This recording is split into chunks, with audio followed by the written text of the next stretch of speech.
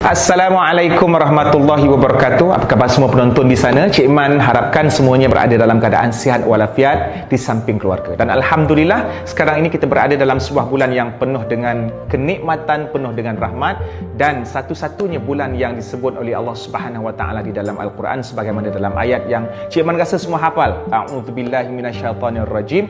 Syahrul Ramadan alladzi unzila fihil Quran hudan linnas wa bayyinatin minal huda wal furqan. Syahrul Ramadan, bulan Ramadan yang diturunkan padanya Quran sebagai apa? Apakah fungsi Al-Quran? Sebagai petunjuk kepada manusia, dan juga ada banyak keterangan petunjuk-petunjuk, dan juga sebagai Al-Furqan. Al-Furqan itu maksudnya pembeza antara hak dan batil.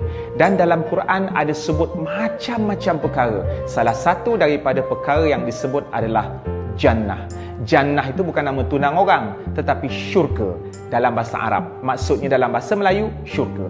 Jadi penonton sekalian, bila Cik Man sebut pasal syurga, kita pun sebut pasal syurga, satu tempat yang merupakan idaman semua orang, destinasi yang terakhir. Cuma kita belum tentu dapat, dan kita mengharapkan sentiasa dapat, insya-Allah. Cuma apakah kunci kepada syurga? InsyaAllah Cik Man akan huraikan nanti.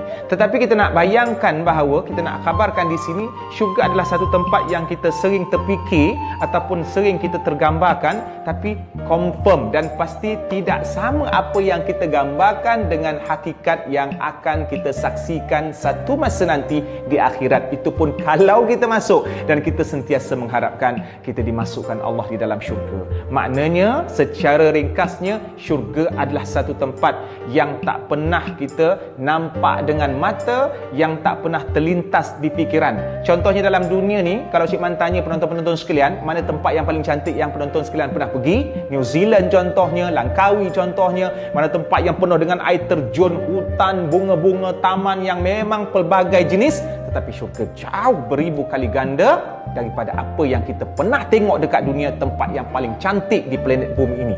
Dalam satu hadis sahih daripada Nabi SAW telah menggambarkan tentang luas ataupun besarnya syurga itu, yang berbunyi, inna fil jannah mi'ata darajah a'addahallahu lil mujahidina fi sabilih baina darajatain baina sama wal ard.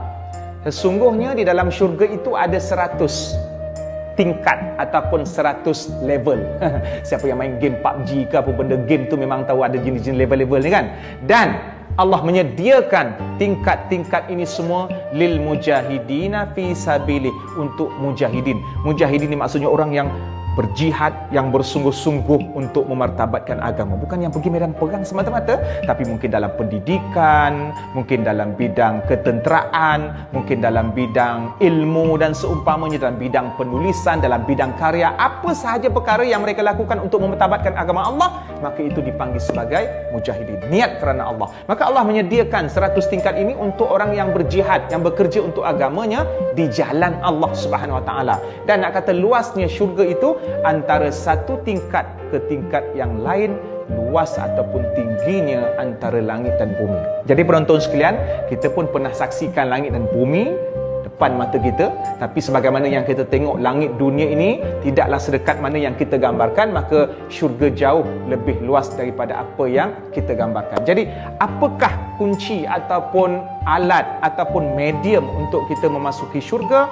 Maka kita mesti mendapatkan rahmat Allah Subhanahu wa taala. Jadi bagaimanakah cara untuk kita mendapatkan rahmat Allah? Insya-Allah dalam kesempatan yang akan datang. Assalamualaikum warahmatullahi wabarakatuh.